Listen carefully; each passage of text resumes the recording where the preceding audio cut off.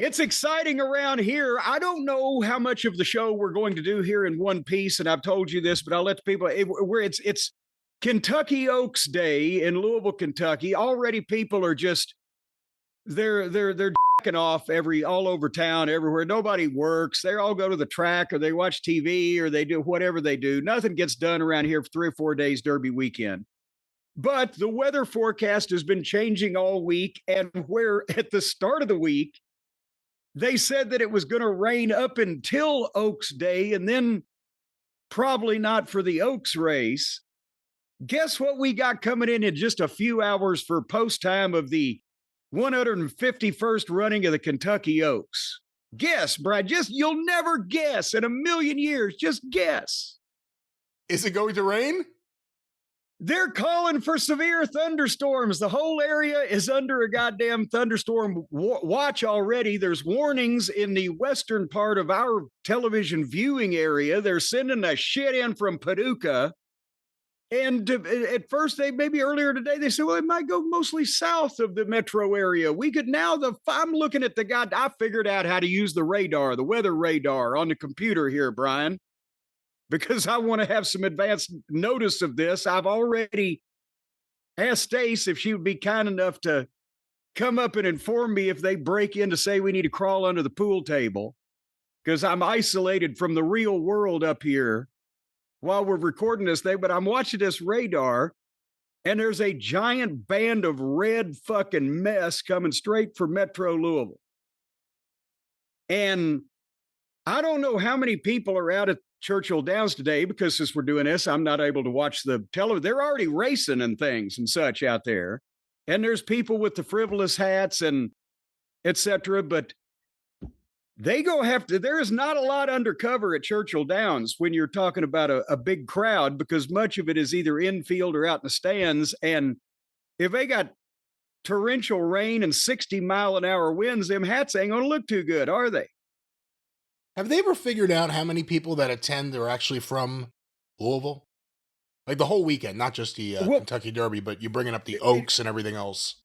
Well, remember I said that they had 50 Tuesday, because that's our area code, 502. See, that's a cute little marketing thing for the local people to come on Tuesday where it's not as crowded, because they don't want to get anywhere near goddamn Churchill Downs on Derby Day unless they're, on the board of Brown-Forman Distillers and they're going straight into the goddamn luxury box with the hyperbaric chambers.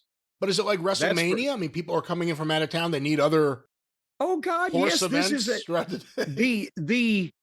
the Kentucky Derby is estimated as a $500 million impact on the city of Louisville. Like they talk about WrestleMania being such and such number.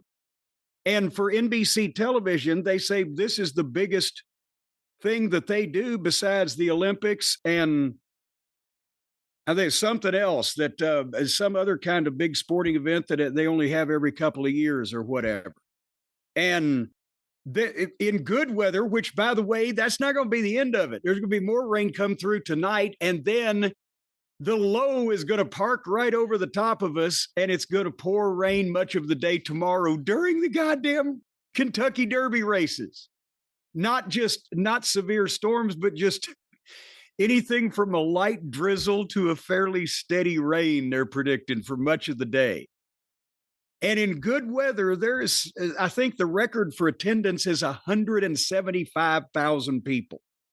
So in shitty weather, there's still going to be 100,000 people out there because they've come in from all over the place. And what else are they going to fucking do? And the Barnstable Brown Party is tonight. And what's that? Is that like the OVW of the Kentucky Derby scene? No, the Barnstable Brown Party is the goddamn big celebrity Kentucky Derby party. Anybody from Travis Tritt may be playing in a tent, and Janet Jackson may be there, and fucking TV movie stars, celebrities, major politicians. If somebody is known and goes to the Derby and they're there on a Friday night, they go to the Barnstable Brown Party. It's a big mansion in the Highlands, and they said on the news they've had I don't know how many dozen workers out there for weeks starting to set up. They do a press tent. They have people again, allegedly in good weather, this will be about the time there's 60-mile-an-hour winds might be blowing through the highlands, but people line the street to see these celebrities go in. They get interviewed on TV and then they go in this mansion and they have the party. And it's by invite only, but they raise millions of dollars for some charity. But yeah, the Barnstable twins, you know who the Barnstable twins are. It must be a Southern thing. I don't know who they are. No. Good. No, it's not. It's a worldwide. Google right now while I'm talking, and I'll fill you in on the rest of the weather and everything. Google the Barnstable twins, and I want to hear you fucking be embarrassed that you don't know who these people are. But anyway, so they have the party, and then tomorrow's the Derby, and there's 100 and some thousand people out there, and it's going to rain, and the track's going to be muddy, and the people in the infield are going to be muddy, and this thing's going to be broadcast on national television. And the NBC's got it, so it'll be on the cock. And you're going to see some soggy, rich, pissed off son of a bitches out there tomorrow. But I'm betting on the mudder. Have you found the Barnstable twins yet? Yeah, I'm looking at their pictures here. Why are they famous and what do they do? And how are they involved in any of the things you said? They were the Doublemint twins. Oh. Wow. They were in the commercial, in the TV commercials years ago. They were the Doublemint twins. Weren't they like really hot twins that were in movies around that period of time? That's what no, that's that. They were like discount, great value Barnstable twins. But anyway, and then one of them or somebody married a member of the Brown family who owns everything in the goddamn city. So there you go. All right. But if you're not spending money on the Kentucky Derby this weekend, or since by the time you hear this, it may have already happened, if it indeed doesn't get rained out, you can send me some money because the sale has begun. Corny's Vault Sale at jimcornette.com. One of a kind and few of a kind and vintage items, trading cards, the final copies of the sold out action figures, promotional pictures from years ago, programs, magazines, event tickets, all kinds of cool, but limited in number stuff. I don't know what's going to be left. They might have just grabbed it all like a bunch of hungry locusts, but check out jimcornette.com at Cornette's Collectibles for what may be left while you can still get it. And I don't want to be too commercial, for heaven's sake, but if you're saving money, if you didn't get to come to the Derby because it was too wet, you got extra money, I'm a safe bet every time. See, Brian, think about that. If you bet on a horse and the horse doesn't win, well, then you've lost your money.